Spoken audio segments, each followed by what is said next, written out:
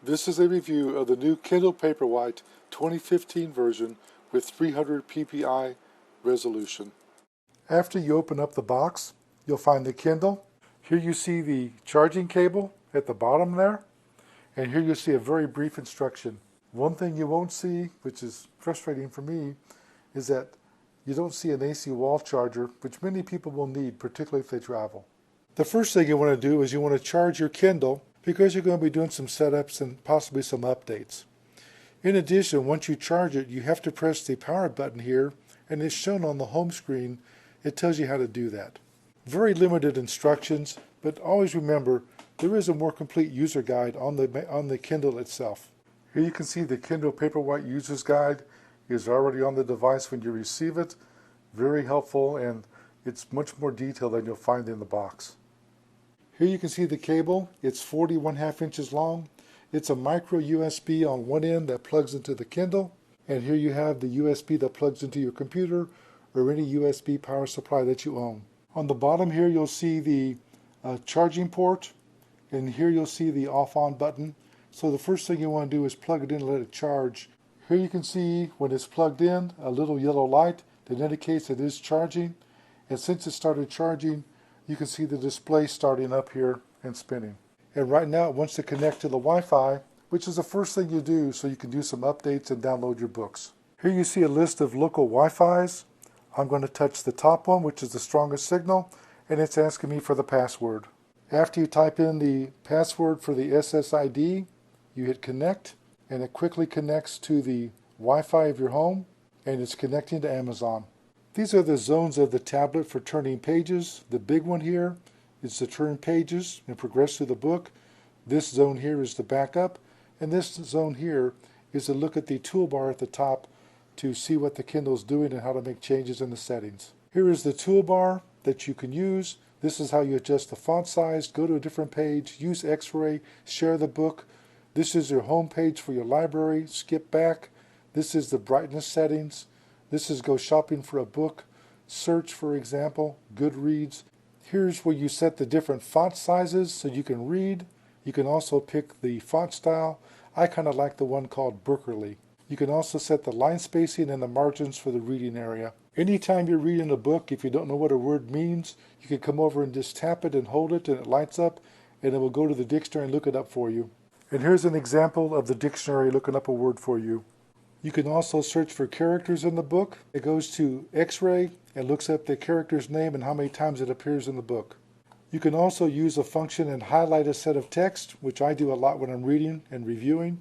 You can also add a note to it or share it with somebody else, or even look it up on Wikipedia, for example. After you go through the brief introduction, you can tap home and go to your home page. And here you can see I've touched cloud. There's where my books are stored at Amazon. I have 155 pages of 6 books per page. In addition, you can see I'm looking at the cover mode, and here it says I have a total of 925 books I can download. By touching this stack here, I call it a hamburger stack, you're going to get a list of items that are settings. You can shop the Kindle store, you can set up free time for your children, it'll record the words that you've highlighted for a vocabulary builder. It has a browser inside that lets you browse the internet. You can look at the settings, view special offers, look at the list view instead of looking at the covers. You tap list view, and now your books are listed with the name and author. If you want, you can go back to the cover view, look at the covers, touch the stack again. You can create collections like by author, for example, or you can sync and check for new items. Syncing is important because when you sync, if you're reading a book and you have multiple devices, you sync it, you leave home, you leave this at home, you go to work, you have another Kindle, and you open up that book, you'll find yourself on exactly the same page where you left off. For example, this is a book I'm reading now. I'm going to tap that. It says it's queued, and it's going to start downloading. It says download complete. It's literally that fast. Now if I go to device and touch that, that book is already downloaded. I can touch it, and the book will open up, and it opens up to the page where I'm reading. Very fast, very easy. I want you to see the beauty of this screen. It is fantastic. Text is very crisp and clear. If I want to set a different font and size, I can come over here. It's already on Berkeley. That's the one I use. Let's say I want to make the font bigger. I can come over here and touch a bigger font size, and you can see the background change that quickly. This is why I love a Kindle. With my old eyes, I need all the help I can get, and this text is absolutely perfectly clear. If you want to decrease the text size, put two fingers on here, and you can see it pop up and it go down.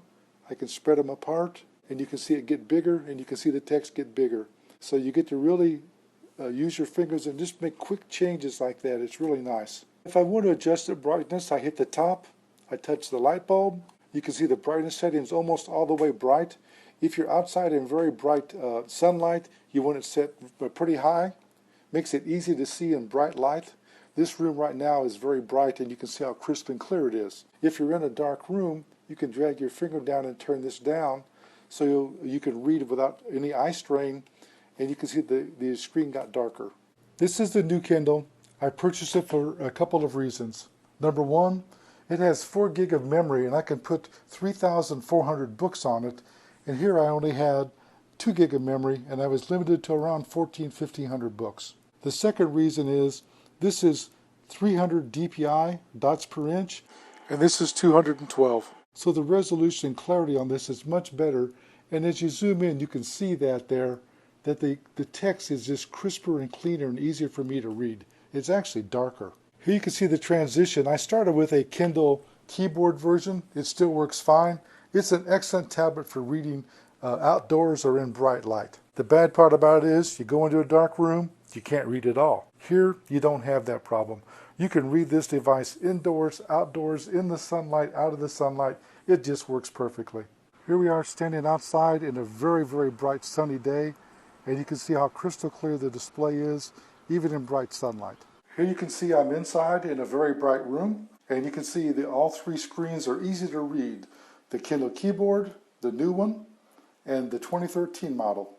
Here's the difference with the Kindle keyboard, is now you don't see anything. And here you can see a close-up. This is the new one, and you probably, I don't know if you can tell on the camera, but to my eye, this text is more crisply drawn and much darker than this text, which is what I'm looking for my old eyes. This is the new Kindle. There's some things you should know about it. Bigger memory than what this shipped with. This is the 2013 model. And in addition, much better display. Much better display. I really like it. Some downsides. Neither one of them came with an AC power supply. But another downside, this old one would last 28 days, reading 1/2 hour a day. This one here only lasts 21 days, reading 1/2 hour per day. The reason for that? It takes more power to control this higher resolution screen and to generate the text for it. It doesn't bother me too much, to be honest with you, because I charge it once every 2 days, for example. I don't read more than 3 or 4 hours a day, so even at that rate, 3 or 4 or 5 days, I can read fine. But some people are going to complain because of the shorter hours of time. That's why I think that they should have included an AC power supply, because if you travel and don't have a computer with you, you're going to have to charge it up. First thing you do, you get this, set it up, go buy a simple lightweight case that when you close the lid, it turns off the unit, helps preserve battery. Second thing you do, enter a password in here so that when you turn it on, you have to enter a 4-digit password so somebody can't get in there and buy books with your account. I like this new tablet. I love the display. I know you probably can't tell much by looking at the screen that I've taped here, but to the human eye, much better text, crisper and darker.